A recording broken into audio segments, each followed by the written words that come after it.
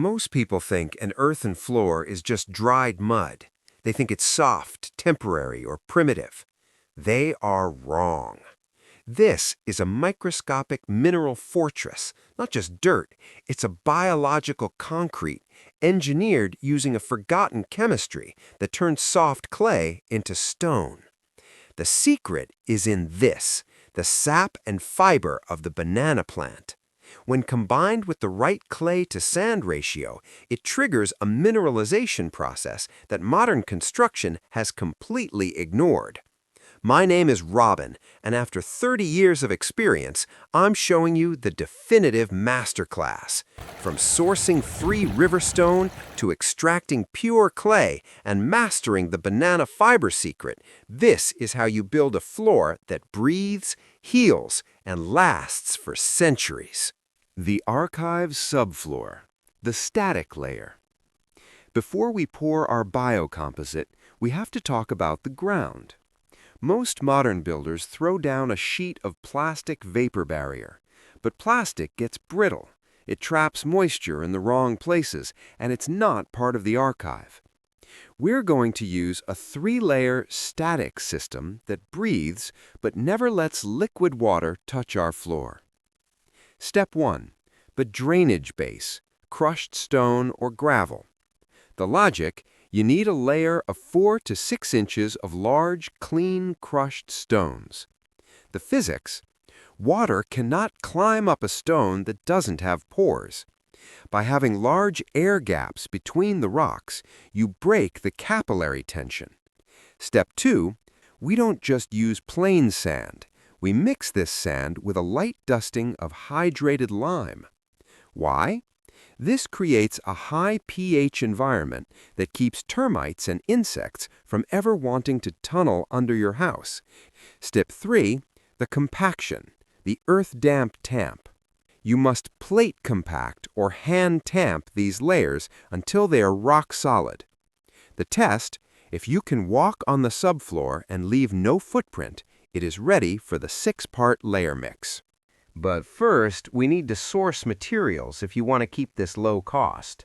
The floor mix ball drop test, the 3-foot rule. 1.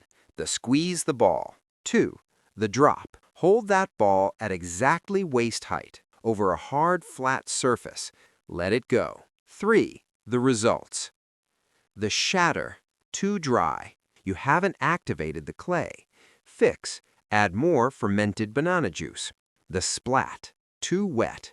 If it hits the ground and flattens out like a pancake or stays in one solid mushy piece, you have too much water. When you try to tamp this, it will just squish sideways instead of compacting downwards. Fix. Add more dry sand husk mix. The archive pass. Just right. The ball should break into 3 to 5 large, clean chunks. Stone. Despite the name, you can find ideal stones in the forest. Just make sure to clean them well before use. Angular rocks are superior to round ones for interlocking strength. 1 to 3 inches in size is ideal. Sand for the insect barrier. Dig down about 3 feet to source sand for this layer and mix the sand with 10% hydrated lime. Sand for the finished final floor. The 2-stage sieve. We use 2 wooden frames. One has a standard 1/4 inch or 6 mm hardware cloth. This is for the main finished floor. And the other is much finer at 1 mm. We use this to create the final finish layer for that polished, pristine, professional finished look. The clay. Before we bring out the shovels, we test. Take a handful of damp soil and roll it into a ball. If it holds its shape without crumbling, you're on the right track.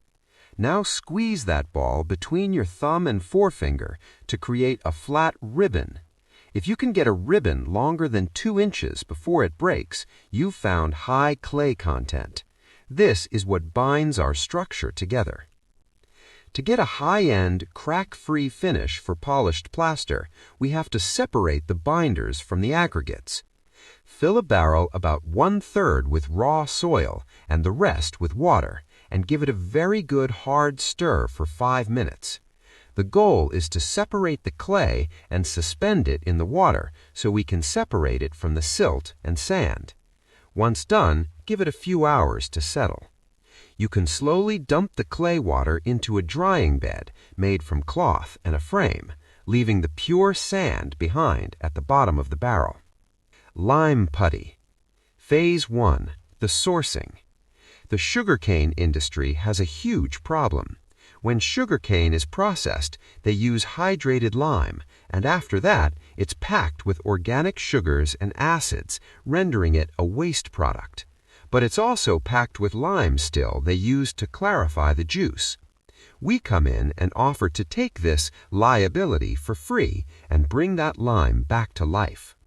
Phase 2. The fire, the archive kiln. You can't use this raw. We're firing this kiln to 900 degrees Celsius. At this heat, the fire vaporizes the impurities. We're recovering the lime. The check. You should see glowing white/gray stones coming out of the kiln. Phase 3. The slake. A steel 55-gallon drum filled with 1/3 of clean water. Dropping the hot kiln stones into the water. Caution, steam and heat. This is the most dangerous and most beautiful part. We're dropping 900 degrees Celsius stone into cold water. This is slaking. The stones are drinking the water, expanding and turning into lime putty. We're going to let this sit for 24 hours to stabilize, but the longer it sits, the better it gets. Phase 4. The 24-hour sift. We then pass the cooled putty through a 1/8 inch screen. After 24 hours, we sift the putty to remove the waste, the overburnt minerals. What's left in the bucket is pure, high-plasticity lime putty. Banana plant extraction. The banana water. Purpose: water resistance and microscopic clay bonding. Sourcing: use post-harvest banana trunks and overripe fruit. Chop the trunks into 2-inch discs to expose the sap and starches. The fermentation: fill a barrel halfway with the discs and mashed bananas. Top with water and seal. Let it ferment for 14 to 21 days until it smells sour. Extraction: strain the liquid through a fine mesh. Discard the solids. This fermented tea replaces standard mixing water to double your bond strength and prevent cracking. Use: use at a rate of 50% water to 50% fermented banana juice. The bolo string extraction. Structural fiber. Purpose: internal reinforcement and tensile strength for the floor body. Sourcing: use fresh green trunks of Saba or Abaca variety banana plants. The method: use a bolo, machete, or a wooden mallet. These fibers act as natural rebar. Application: incorporate these raw strings directly into your base layer mix. Using this fermented binder instead of plain water doubles the bond strength of your clay and prevents the lime from drying too fast. It is the difference between cracks and a surface that lasts a lifetime. Section 4. The rice husk. Thermal insulation and anti-shrink. Sourcing: go to your local rice mill. Rice husks are a byproduct of the milling process and are often given away or sold for next to nothing. You want raw, dry husks, not burned hull ash. The inspection: ensure the husks are bone dry and free of weevils or mold. They should be golden and brittle. If they feel damp, spread them on a tarp in the sun for a day before mixing. The preparation: for the main floor body, use the husks whole. High-end additions. Borax, a natural preservative. Why? You are using raw banana starch and sugar. In a tropical climate, this can occasionally attract mold or insects before it fully cures. Sourcing: available at most large hardware stores or pharmacies in the Philippines. Add a small amount of borax to your fermented banana. It acts as a natural fungicide and insecticide, ensuring your organic binders don't attract pests while the floor cures. Sifted ash, the fine polisher. Why? If you want that glass-like shine on the final burnish, very fine wood ash is a secret weapon. Sourcing: clean white wood ash from a cooking fire. Sift it through a fine screen until it's like flour. Mix a handful of finely sifted wood ash into your finish layer. Beeswax, the final luster. Why? While the banana extract seals the floor, a final coat of wax is what gives high-end natural homes that luxury feel and deepens the color of the clay. Sourcing: local beekeepers.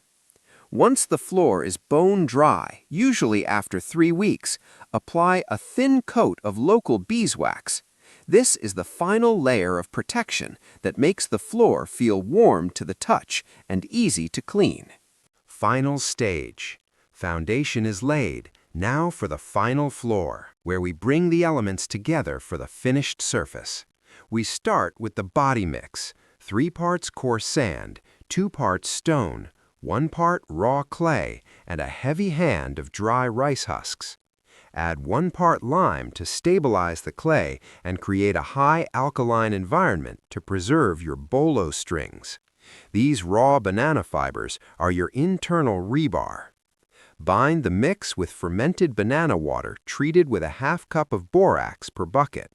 Pour 3 inches thick and tamp it until it's a solid, vibrating mass. Before it sets, lightly scratch the surface to create a key for the next layer, the finish layer, aesthetics. Once the base is firm but damp, apply the finish mix: 2 parts fine sifted sand, 1 part refined clay, and 1 part lime. Add a handful of sifted wood ash for surface hardness. Use a 50-50 blend of banana extract and fresh water, pre-mixed with a scoop of borax. This is non-negotiable. It's the fungicide that stops mold while the binders cure. Apply a ½ inch layer and level it with a steel trowel for a premium, stone-like finish. Wait until the floor is leather hard for the final burnish. Wipe the surface with undiluted banana extract treated with a pinch of borax and follow immediately with a steel trowel. Use heavy pressure to compress the clay pores. You are glassing the floor, locking in the polymers for a waterproof, high luster finish. 3 weeks later, once bone dry, buff in local beeswax for the final seal. Bonus section: the master pattern, scagliola inlay. The goal: creating permanent, complex designs that are part of the floor's DNA. The template: to get these fine, intricate curves, we use a heavy-duty stencil. Place your design directly on the damp finish layer. Use a fine knife to scribe the outline into the clay, then carefully remove the stencil. You are creating a negative mold directly in the floor surface. The liquid stone. Mix your inlay slurry. This is a fine sifted blend of refined clay, lime, and wood ash, saturated with pure banana extract. For the colors, use mineral pigments, deep manganese for the blacks or iron oxides for the reds. The pour. Carefully pour your colored slurry into the carved channels. Overfill them slightly. For that mottled look in your image, drop in flecks of a second color while the first is still wet. Let it firm up until it matches the moisture of the main floor. The integration, the reveal. Perform your final burnish with a steel trowel. The heavy pressure compresses the inlay into the floor, creating a seamless, glass-hard joint. There is no edge to trip on. The pattern and the floor are now one single piece of stone. Natural building isn't just about the floor. Hit the bell if you want to see our solution for a high-end, breathable ceiling that actually resists mold. Comment below with your building challenges.